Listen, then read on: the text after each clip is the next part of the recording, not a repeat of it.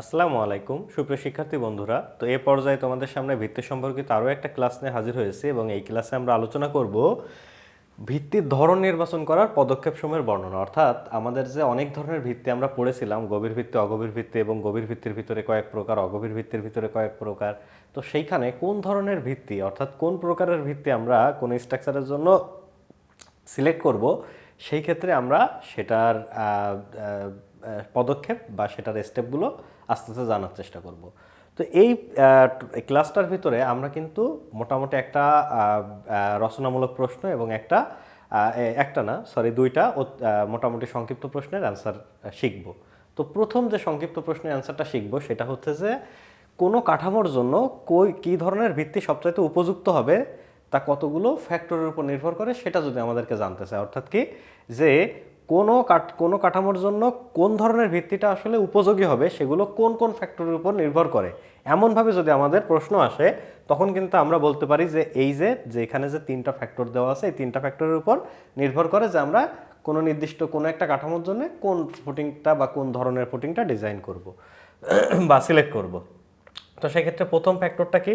প্রথম ফ্যাক্টরটা হচ্ছে যে কাঠামোর কাজ এবং ধরন অনুযায়ী কি পরিমাণ লোড এটা বহন করবে। অর্থাৎ কি যে এমন হতে পারে যে একই জায়গায়, ঠিক আছে, আমি দুই ধরনের কাঠামো তৈরি করতে পারি, যেমন একটা আবাসিক বিল্ডিং তৈরি করতে পারি, একাধিক প্রকারের কাঠামো ডিজাইন করতে পারি। যেমন কি ওইখানে একটা স্ট্রাকচার তৈরি করলাম, সেখানে কি শুধুমাত্র আবাসিক হিসাবে কাজ হবে। তো আবাসিক হিসাবে কাজ হইলে তখন কিন্তু ওই বিল্ডিংয়ের লাইভ লোডগুলো অনেক কমে যায়।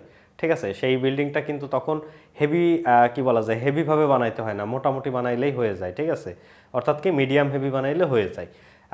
তারপর হচ্ছে যে তোমার দেখা যাচ্ছে যদি এটা এমন হয় যে এটা হচ্ছে যে তোমার ইন্ডাস্ট্রিয়াল কাজে ব্যবহৃত হবে, তাহলে ইন্ডাস্ট্রিয়াল কাজে যদি ব্যবহার হয় তখন কিন্তু দেখা যাচ্ছে যে সেইখানে আগের চাইতে স্ট্রাকচারগুলোকে আরও হেভি করে বানাইতে হয়, যার কারণে তখন ভিত্তির উপরে লোড বেশি চলে আসে। সুতরাং তখন যে ভিত্তিগুলো খুব বেশি লোড নিতে পারবে সেই ভিত্তিগুলো ডিজাইন করা হয়।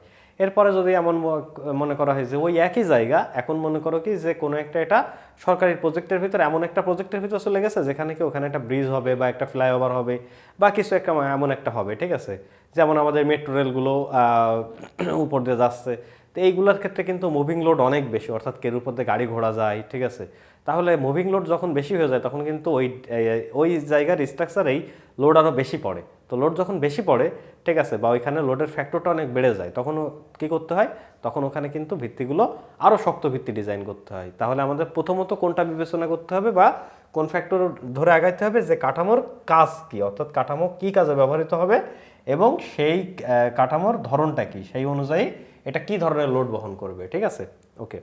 এরপরে কি আছে, মাটির আভ্যন্তরীণ অবস্থা। অর্থাৎ কিছু কিছু জায়গায় মাটি এত দুর্বল যে সেইখানে আসলে অন্য কোনো ভিত্তির কথা বিবেচনা না করেই সেখানে বিবেচনা করার কোনো ওয়েই থাকে না, সেখানে দেখা যাচ্ছে সরাসরি পাইল ভিত্তিই দিতে হয়। ঠিক আছে, তো সেই মাটির আভ্যন্তরীণ অবস্থা কেমন সেটার উপর নির্ভর করে কিন্তু আমরা ভিত্তির ধরনটা নির্বাচন করতে পারি। যদি দেখি যে ওই মাটির আভ্যন্তরীণ অবস্থা অনেক ভালো, তাহলে দেখা যাচ্ছে সেখানে কিন্তু অগভীর ভিত্তি দিয়েও অনেক বড় স্ট্রাকচার তৈরি করা যায়।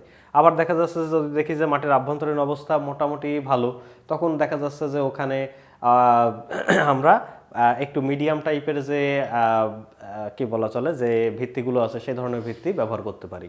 ঠিক আছে, অর্থাৎ কি মাটির আভ্যন্তরীণ অবস্থা কেমন তার উপরেও কিন্তু আমরা এই যে কোন ধরনের ভিত্তি ডিজাইন করব সেটা নির্ভর করে। এরপরে আছে কি সুপার স্ট্রাকচার এবং ভিত্তির নির্মাণ ব্যয়ের তুলনা। অর্থাৎ কি সুপার স্ট্রাকচার বলতে আসলে নর্মালি আমরা বুঝি যে প্লিন্থ লেভেলের উপরে, তবে প্লিন্থ লেভেলের উপর ছাড়াও আমরা নর্মালি এখন বলে থাকি কি যে গ্রাউন্ড লেভেলের উপরে যেটুকু দেখা যায় সেইটুকুই হচ্ছে যে সুপার স্ট্রাকচার। তো সেই সুপার স্ট্রাকচার অর্থাৎ নর্মালি আমরা স্ট্রাকচারে যেটুকু দেখতে পাই, ঠিক আছে, আমাদের কাছে যেটুকু দৃষ্টিগোচর হয়, সেই দৃষ্টিগোচরের স্ট্রাকচারের সেই দৃষ্টিগোচর হওয়া অংশটুকু এবং এইখানকার যে ভিত্তির যে নির্মাণ ব্যয় এইটার উপর তুলনা করেও কিন্তু অনেক সময় আমরা ভিত্তি কোন ধরনের হবে সেটা বিবেচনা করে থাকি। অর্থাৎ কি যে আমাদের সুপার স্ট্রাকচার যদি খুবই হেভি ওয়েট হয় তখন আমাদের ভিত্তিও তো অনেক হেভি ওয়েট হইতে হবে। এরপরে হচ্ছে যে দেখা যাচ্ছে যে হেভি ওয়েট ভিত্তি আমরা কয়েক প্রকারের হেভি ওয়েট ভিত্তি নিয়ে আসতে পারি। এখন দেখলাম যে কয়েক প্রকার হেভিওয়েট ভিত্তি নির্মাণ করতে গেলেও সেখানে আমরা দেখতে পাচ্ছি যে এক এক ধরনের ভিত্তি নির্মাণে এক এক ধরনের খরচের মানে এক এক ধরনের খরচ হচ্ছে। অর্থাৎ কোনোটাই দেখা যাচ্ছে যে 1 টাকা খরচ হইলে আরেকটা দেখা যাচ্ছে 2 টাকা খরচ হচ্ছে, আরেকটা করতে গেলে 3 টাকা খরচ হচ্ছে। তাহলে আমাদের এই নির্মাণ ব্যয়টাও মাথায় রাখতে হবে। অর্থাৎ তাহলে আমরা কি কি বিষয়টা মাথায় রাখবো, কাঠামোর কাজ এবং সেটার ধরন অনুযায়ী এটা কি ধরনের লোড বহন করবে, মাটির আভ্যন্তরীণ অবস্থা কেমন, এবং সুপার স্ট্রাকচার এবং ভিত্তির নির্মাণ ব্যয়ের তুলনা। অর্থাৎ সুপার স্ট্রাকচারের চাইতে যেন ভিত্তিতে আমাদের নির্মাণ ব্যয়টা বেশি না হয়ে যায়, এইটা এখানে বোঝাইতে চেয়েছে। যে সুপার স্ট্রাকচার দেখা গেল যে আমার ওই যে আমাদের একটা বাঙালিদের ভিতরে একটা কথা আছে না যে খাজনার চেয়ে বাজনা বেশি। অর্থাৎ কি যে আমি সুপার স্ট্রাকচার দেখা গেল যে আমার যে স্ট্রাকচারটা তৈরি করলাম সেই স্ট্রাকচারে সুপার স্ট্রাকচার খরচ করতে যা খরচ হচ্ছে তার সাথে যদি ভিত্তির খরচ বেড়ে যায় তাহলে আমাদের তো লস হয়ে গেল। ঠিক আছে, তাহলে আমাদের এমনভাবে এই দুইটার তুলনা মানে এই দুইটা তুলনা করে এমনভাবে ভিত্তিকে নির্বাচন করতে হবে যাতে করে আমাদের এইটা সাশ্রয়ী হয়। ঠিক আছে, এছাড়াও আমরা এক্ষেত্রে আমরা বলতে পারি যে কোনো প্রকৌশলী বা কোনো ইঞ্জিনিয়ার যখন একটা কাঠামোর ভিত্তি ডিজাইন করে, রাজমিস্ত্রির দ্বারা যে ভিত্তি ডিজাইন করা হয়, ঠিক আছে, বা যে ভিত্তি নির্ধারণ করা হয় ওই ভিত্তির ব্যাপারে কিন্তু কোনো কথা এখানে হচ্ছে না। ঠিক আছে, সেটা নিয়ে আসলে আমাদের কোনো কথা নাই, কারণ তারা কিন্তু কোনো প্রকার টেস্ট ছাড়া নর্মালি কি বলা যায় তারা কাজ করতে করতে যে অভিজ্ঞতা ঠিক আছে হয়েছে তার মাধ্যমে যে কোনো ধরনের ফুটিং তারা দিয়ে দেয়। ঠিক আছে, যে কোনো ধরনের বলতে কি তারা নর্মালি কলাম ফুটিংয়ে দেয়। এখন সেটা যদি ওইখানের জন্য উপযোগী হয় তাহলে তো মাশাল্লাহ তার খুব সুনাম হয়ে গেল, আর যদি উপযোগী না হয় তাহলে তো দেখা যাচ্ছে যে গেল, সে তো কাজ করে চলে গেল কিন্তু মালিকের ক্ষতি হয়ে গেল। কিন্তু একজন প্রকৌশলী যখন বা একজন ইঞ্জিনিয়ার যখন একটা ভিত্তি ডিজাইন করবে তখন কিন্তু ওই স্ট্রাকচার ডিজাইনের তার কিন্তু সিগনেচার থাকে। সুতরাং ওর ফেইল হইলে ওতে কোনো প্রকার ফেইল হইলে এটা কিন্তু ওই যে ইঞ্জিনিয়ার ছিল তার উপরে সে দায়টা পড়ে, কিন্তু রাজমিস্ত্রির উপরে কিন্তু দায় পড়ে না। সুতরাং রাজমিস্ত্রি যা করুক না কেন ওইটা নিয়ে আমাদের কোনো হিসাব নাই। তো আমাদের হিসাবটা কি, আমরা ইঞ্জিনিয়ার হিসাবে যে কাজগুলো করে থাকি। তো বলছে যে কোনো প্রকৌশলীকে কাঠামোর জন্য সঠিক ভিত্তি নির্বাচন করার পূর্বে মোটামুটি 5টি ধাপ অতিক্রম করতে হয় পর্যায়ক্রমিকভাবে। এই ধাপগুলো কিন্তু যে কোনোটা আগে পরে এমন না, ঠিক আছে, পর্যায়ক্রমিকভাবে। অর্থাৎ কি একটা ধাপ পার করে তারপর পরবর্তী ধাপে যাইতে হবে, এখানে কিন্তু আগে পরে যাওয়া যাবে না। তাহলে পর্যায়ক্রমিক আমরা যদি এই 5টা ধাপ অতিক্রম করি তাহলে আমরা এইখানে কোন ধরনের ভিত্তি নিয়ে আসবো সেটা সম্পর্কে একটা ধারণা পেয়ে যাবো। তো প্রথম স্টেপটা কি, প্রথম স্টেপ বলছে সুপার স্ট্রাকচারের প্রকৃতি এবং লোড। ঠিক আছে, সুপার স্ট্রাকচারের প্রকৃতি কেমন এবং সেখান থেকে কি পরিমাণ লোড আসবে যা ভিত্তিতে সঞ্চালিত হবে সেই সম্পর্কে একটা একেবারে সুস্পষ্ট ধারণা নেওয়া। তাহলে আমরা প্রথমত সুপার স্ট্রাকচার কেমন হবে এবং সেখান থেকে কি পরিমাণ লোড আসবে সেইটা সম্পর্কে একটা ভালো পরিমাণ ধারণা নিব। ঠিক আছে, কারণ সেখান থেকে যে লোডটা আসবে সেটাই তো ভিত্তিতে যাবে। তাহলে এটা প্রথম স্টেপ। দ্বিতীয় স্টেপ কি, সাধারণভাবে মাটির আভ্যন্তরীণ অবস্থা নির্ণয় করা। অর্থাৎ একেবারে নর্মালি আমরা মাটির আভ্যন্তরীণ অবস্থাটা নির্ণয় করব। ঠিক আছে, সাধারণভাবে বলতে কি যে চোখে দেখে বা একটা ছোটোখাটো যে টেস্টগুলো আছে সেগুলোর মাধ্যমে মাটির আভ্যন্তরীণ অবস্থা নির্ণয় করব। তাহলে এই দুইটা হচ্ছে যে প্রথম স্টেপ, প্রথম দুইটা স্টেপ। তো এই প্রথম দুইটা স্টেপ কিন্তু খুবই সহজ। ঠিক আছে, এই প্রথম দুইটা স্টেপ যাওয়ার পর তারপরে আমরা 3 বা 4 নম্বর স্টেপ থেকে কিন্তু মেইন কাজের ভিতরে ঢুকবো। তো দেখো 3 নম্বর স্টেপটা কি বলা আছে, এটা কিন্তু 1 নম্বর স্টেপ। ঠিক আছে, এটা হচ্ছে যে 2 নম্বর স্টেপ এবং এটা হচ্ছে যে 3 নম্বর স্টেপ। তো 3 নম্বর স্টেপে কি বলছে, বিভিন্ন প্রকার নির্বাচিত ভিত্তি সম্পর্কে সংক্ষেপে নিম্নের বিষয়গুলো লিপিবদ্ধ করতে হবে। আমাদের যে মানে বিভিন্ন ধরনের ভিত্তি সম্পর্কে আমাদের যে ধারণা আছে তাহলে সেই প্রত্যেকটা ভিত্তি সম্পর্কে কিছু তথ্য আমাদের এখানে নিতে হবে, রিলেট করতে হবে এটার সাথে, যেখানে আমি স্ট্রাকচার তৈরি করতে চাচ্ছি। ঠিক আছে, তো সেখানে কি নিতে হবে, প্রথমত মাটির আভ্যন্তরীণ অবস্থায় কোন ভিত্তি নির্মাণ করা যেতে পারে। অর্থাৎ আমরা এখানে যে মাটির আভ্যন্তরীণ অবস্থা সম্পর্কে একটা ধারণা নিলাম সেইটার উপর ভিত্তি করে আমরা কোন ধরনের ভিত্তি নির্ধারণ করতে পারি, তাহলে সেটা হচ্ছে যে একটা কাজ। তারপরে কি বলছে যে প্রয়োজনীয় লোড বহনে কোনটি সক্ষম। ঠিক আছে, অর্থাৎ কয়েক ধরনের তো ভিত্তি আছে, তো আমাদের যে পরিমাণ লোড আসবে সেই লোড কোন কোন ভিত্তি নিতে পারে, যেগুলো নিতে পারে না সেগুলো তো বাদ। ঠিক আছে, আর কোন কোনগুলো নিতে পারে সেগুলোর একটা লিস্ট করতে হবে। তারপরে গিয়ে কি বলছে, কোনো ভিত্তির জন্য অভিজ্ঞতালব্ধ ক্ষতিকারক বসন হলেও হতে পারে। ঠিক আছে, অর্থাৎ কি কোন ভিত্তির জন্য অভিজ্ঞতালব্ধ ক্ষতিকারক বসন হলেও হতে পারে। ঠিক আছে, তো এখানে বলতে পারো যে ভাই বসন মানেই তো আমরা খারাপ, অর্থাৎ সেটেলমেন্ট হওয়াই তো খারাপ, সেখানে আপনি ক্ষতিকারক অক্ষতিকারক এই কথা কেন আনতেছেন। হ্যাঁ, কথা হচ্ছে যে বসন হওয়াটা খারাপ, কিন্তু এমন যদি হয় যে এই কাঠামোর যতগুলো ভিত্তি আছে সব ভিত্তিগুলো সমানভাবে বসতেছে এবং সেই বসনের পরিমাণটা খুবই কম বা সেটেলমেন্টের পরিমাণটা খুবই কম, তাহলে ওই সেটেলমেন্টটা কোনো সময় আমরা সেটেলমেন্টকে ভালো বলবো না, কিন্তু ওই সেটেলমেন্টটা মন্দের ভালো, অর্থাৎ কি সেটা খুব বেশি ক্ষতি করতে পারবে না। কিন্তু যদি এমন হয় যে কোনো জায়গায় সেটেলমেন্ট বেশি হয়ে যাচ্ছে কোনো ফুটিংয়ের নিচে, আবার কোনো ফুটিংয়ের নিচে কম হয়ে যাচ্ছে, তাহলে কি হবে, এক ফুটিং অনেক বেশি দেবে যাবে আর এক ফুটিং মনে করো যে কম দাববে, তাহলে তখন কি হবে, ওই স্ট্রাকচারের ভিতরে ফাটল চলে আসবে, তো ওই ফাটলটা আসতে দেওয়া যাবে না। তো ওই যে ধরনের বসন হইলে স্ট্রাকচারে তেমন কোনো ক্ষতি হয় না সেগুলোকে বলে অক্ষতিকারক বসন, আর যেগুলোর ফলে নর্মালি আমরা বেশি দেখি যে স্ট্রাকচার ক্ষতিগ্রস্ত হয় সেগুলোকে বলে ক্ষতিকারক বসন। তো বলছে যে কোন ভিত্তির জন্য অভিজ্ঞতালব্ধ ক্ষতিকারক বসন হলেও হতে পারে, অর্থাৎ আমাদের যে বিগত যে অভিজ্ঞতা সেইখান থেকে আমরা আইডিয়া করব যে এইখান থেকে কোন কোন ভিত্তিগুলো ডিজাইন করলে আমাদের ক্ষতি মানে বসনের ফলে এই বিল্ডিংয়ের ক্ষতি হতে পারে সেইগুলোকে আগে থেকে বাদ দিতে হবে। তাহলে আমরা এখান থেকে 3টা কাজ করলাম, যে মাটির অভ্যন্তরীণ অবস্থায় কোন কোন ভিত্তি নির্মাণ করা যেতে পারে। তাহলে ধরো আমাদের কাছে 10 ধরনের ভিত্তি আছে, এটা হচ্ছে যে ধরার কথা বললাম, যে ধরো আমাদের কাছে 10 ধরনের ভিত্তি ডিজাইন করার একটা আমরা ওয়ে জানি, ঠিক আছে। সেইখান থেকে আমরা প্রথমত মাটির অভ্যন্তরীণ অবস্থা দেখে সেইখান থেকে আমরা কয়েক ধরনের ভিত্তি ডিজাইন করলাম, ধরো এই সিলেক্ট করলাম, যে মনে করো যে 10টা থেকে তখন দেখলাম যে 2 বা 3টা একেবারেই এখানে চলে না, তাহলে আমরা মোটামুটি কি যে ধরো যে আমাদের কাছে 6-7 ধরনের ভিত্তি থেকে গেল, যে 6-7 ধরনের ভিত্তি আমরা এখানে অ্যাপ্লাই করতে পারি। তারপরে বলছে যে প্রয়োজনীয় লোড বহনে কোনটি সক্ষম, এই 7টার ভিতরে দেখলাম যে আমাদের ভিতরে হয়তোবা এই 7টার ভিতরে 7টাই হয়তোবা এইখানকার লোড বহনে সক্ষম, বা 7টার ভিতরে দেখা যাচ্ছে 4টা-5টা এই লোড বহনে সক্ষম।